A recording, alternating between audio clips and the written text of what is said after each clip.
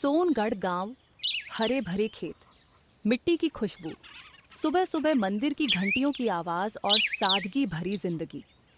इस गांव में रहते थे रामू 60 वर्ष और उसकी पत्नी सरोजा 35 वर्ष। दोनों गरीब थे लेकिन दिल के अमीर। उनका एक ही बेटा था, वीरू। वीरू रूप से सुंदर, बोलने में मीठा, पर अंदर से चालाक, लालची और धोखेबाज।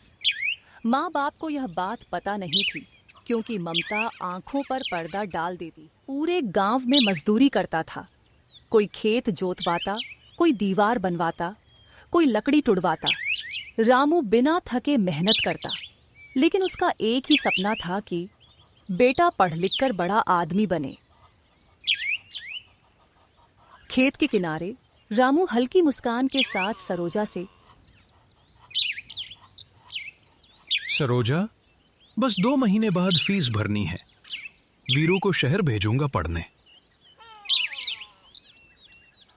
हाँ जी, हमारा बेटा तो अफसर बनेगा, गांव का नाम रोशन करेगा।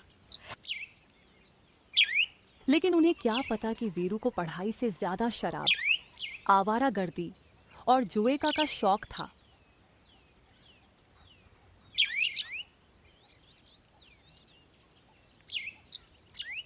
माँ बाप ने वीरू को कॉलेज की फीस भरने के पैसे दिए, लेकिन वीरू पढ़ने के बजाय गांव के गुंडे जैसे लड़कों के साथ जुआ खेलने लगा।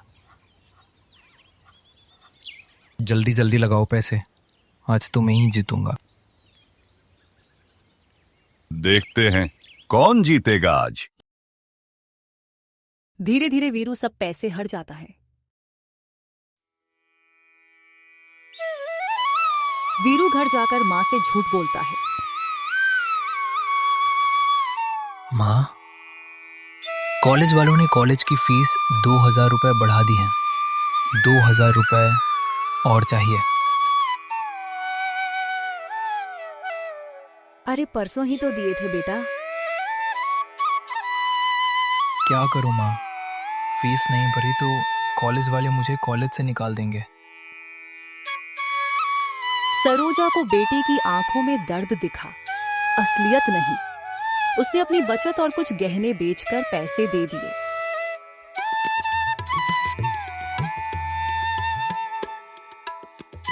एक दिन गांव के एक आदमी ने देखा कि वीरू पढ़ने नहीं बल्कि जुआ खेलने जाता है।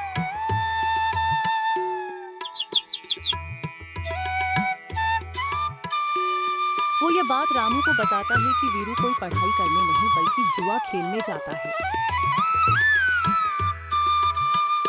रामू भाई, आपका बेटा पढ़ाई करने नहीं जाता, चौपाल पर जुआ खेलने जाता है। क्या? मेरा वीरू? नहीं भाई, वो ऐसा नहीं कर सकता। रामू का दिल मानने को तैयार नहीं था कि वीरू जुआ खेलता है। दिन ब दिन और लालची होता गया। अब उसने एक बड़ा झूठ बोला।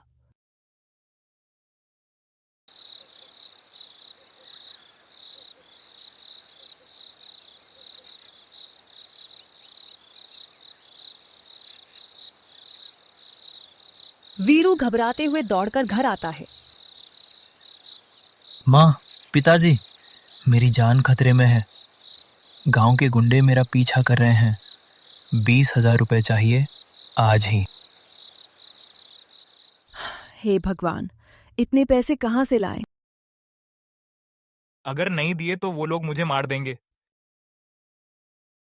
रामू और सरोजा ने रो रो कर घर गिरवी रख दिया और बेटे की झूठी जान बचाने के लिए पैसा दे दिया। उधर वीरू पैसे लेकर जुआ खेलने पहुंच गया।